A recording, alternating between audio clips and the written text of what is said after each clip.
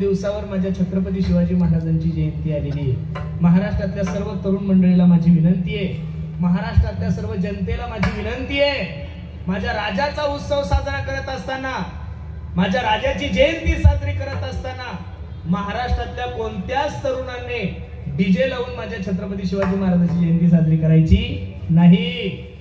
दारू पिऊन माझ्या छत्रपती शिवाजी महाराजांची जयंती साजरी करायची नाही. अरे तुम्ही पिलेली दारू जर तुमच्या बापाला आवडत नाही, तुम्ही दारू पिऊन घरी गेल्यानंतर तुमच्या बापानं तुम्हाला शब्बासकी दिली, कधी झालं का असं? मग तुम्ही पिलेली दारू जर तुमच्या बापाला आवडत नाही, माझा छत्रपती अख्ख्या देशाचा बाप होता, त्या बापाला तुम्ही दारू पिली. राजाची जयंती साजरी करत असताना सुंदर करा. मी असं नाही म्हणणार तुम्हाला की प्रत्येकाने कीर्तन ठेवा, या मताचा मी महाराजच नाहीये की छत्रपती शिवाजी महाराजांच्या जयंतीला तुम्ही कीर्तन ठेवा, अजिबात नाहीये. पण सर्व तरुणांनी एकत्रित या. तुम्ही थोडा जर विषय बघितला तर तुमच्या लक्षात येईल, ठराविक ठिकाण जर सोडले तर छत्रपती शिवाजी महाराजांच्या जयंतीला आणि गणपती मिरवणुकीला अजून सुद्धा महाराष्ट्रातल्या माता मावल्या जास्त जात नाही. याचं कारण त्या मिरवणुकीचं स्वरूप तुम्ही एवढं खालच्या दर्जाला नेलंय की माझ्या आई बहिणींना तुमच्यावर विश्वास राहिलेला नाहीये. नुसतं सप्त्याच्या मिरवणुकीची नुसती सूचना द्या.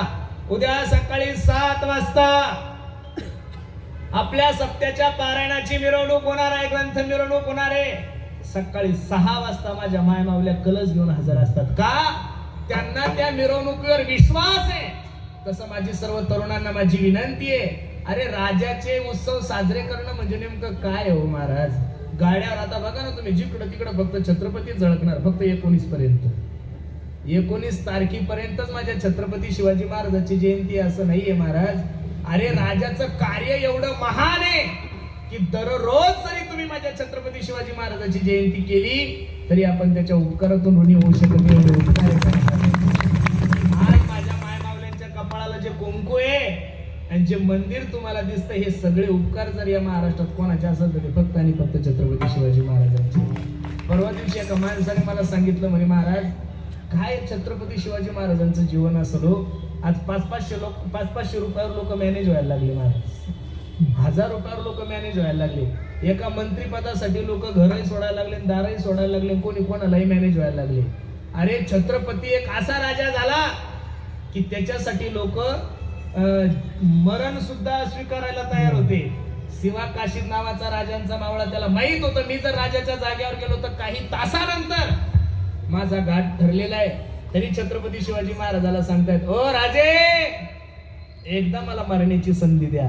अरे ज्या माणसासाठी माणसं मरण मागत असेल तो राजा तुमच्या माझ्यासारखा थोडा असेल महाराज. आपण फक्त छत्रपतीला मराठ्यापुरतं मर्यादित ठेवलंय, आपण छत्रपतीला फक्त महाराष्ट्रात मर्यादित ठेवलंय, आपण छत्रपतीला फक्त भारतापुरतं मर्यादित ठेवलं. मी नारदाच्या गादीवरून सांगतो, माझ्या छत्रपती शिवाजी महाराजासारखा राजा या विश्वाच्या पाठीवर परत जन्माला येणार नाही. एवढं सुंदर कार्य माझ्या राजाचं. राजाची जयंती सर्व जय्यत तयारी करा, पण करत असताना राजाच्या नावाला गालबोट लागल असं कोणतंही कार्य करू नका. कीर्तन नाही ठेवलं तरी चालेल, सगळे तरुण एकत्रित या. त्या दिवशी तुम्ही तुमचं गाव जरी स्वच्छ केलं तर त्याच्यापेक्षा छत्रपती शिवाजी महाराजांची दुसरी जयंती अजिबात नाहीये. खरंच सांगू का महाराज तुम्हाला, राजाने जीवनामध्ये ज्या गोष्टी केल्या त्या गोष्टी जीवनामध्ये उतरा. निश्चित माझ्या राजाला समाधान प्राप्त झाल्याशिवाय राहणार नाही. राजाचं कार्य महान होतं. तुम्ही आणि मी जयंती करतोय, तुमचं माझं कर्तव्य होतं. त्या काळामध्ये छत्रपती शिवाजी महाराजांचा विरोध करणाऱ्या लोकांच्या अंतःकरणामध्ये सुद्धा माझ्या छत्रपती शिवाजी महाराजांविषयी तेवढाच आदर होता. म्हणून त्या राजाचे आपण अनुयायी आहोत.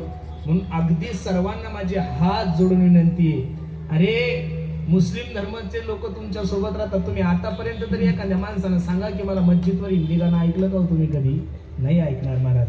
एखाद्या ख्रिश्चन धर्माच्या चर्चवर हिंदी गाणं ऐकलं का तुम्ही? नाही ऐकणार मरुस्तर सुद्धा. कधी बौद्ध धर्माच्या बौद्ध विहारावर हिंदी गाणं ऐकलं तुम्ही? अजिबात ऐकणार नाही. कधी एखाद्या जैन मंदिरावर हिंदी गाणं ऐकलं तुम्ही? अजिबात नाही. मग मुस्लिम धर्माचे लोक त्यांच्या मस्जिदवर हिंदी गाणं लावत नाही, एक. जैन धर्माचे लोक त्यांच्या जैन मंदिरावर हिंदी गाणं लावत नाही, 2. ख्रिश्चन धर्माचे लोक त्यांच्या चर्चवर हिंदी गाणं लावत नाही, 3. बौद्ध धर्माचे लोक त्यांच्या बौद्ध विहारावर हिंदी गाणं लावत नाही, 4. तर माझ्या छत्रपती शिवाजी महाराजांसमोर तुम्हाला गाणे लावण्याचा अधिकार कोणी दिला? 1. माझ्या देवी मातेसमोर तुम्हाला गाणे लावण्याचा अधिकार कोणी दिला? 2.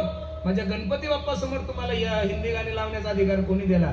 अरे तुम्ही तुमच्या धर्माची जोपासना नाही करायची तर करणार कोण आहे? आता कीर्तन संपलं, कीर्तन संपल्यानंतर एखाद्याने सांगितलं दादा चला ना चहा घ्यायला, आणि मी जर तुमच्या बंगल्यामध्ये चप्पल घालून तुमच्या बैठकीत गेलो, तुम्ही काय विचार करसाल हो? याला कीर्तन करण्याचं नॉलेज आहे पण याला वागाव कसं अक्कल नाहीये. कारण तुमच्या घराचा एक नियम आहे, मला जर तुमच्या घरात यायचं असेल तर चप्पल दारात काढावं लागते. कुठं काढावं लागते माया हो?